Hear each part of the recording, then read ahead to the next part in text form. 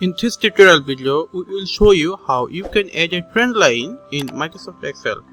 Here you can see some sales value and a chart of our regular or monthly sales. In this chart, we want to add a trend line. For this, we are selecting this.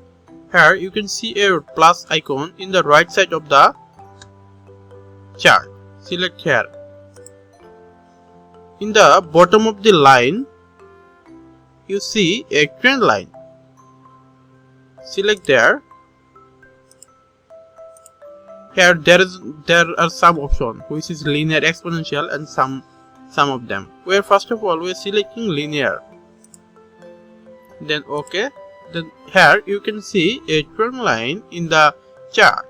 If you want to customize this trend line, just select this trend line, then click right side of your mouse, then format trend line. Here you can some of the types of trend line. Here first of all we are selecting linear. If you want to change the color of the trend line, then click fill and line. Here you can see color.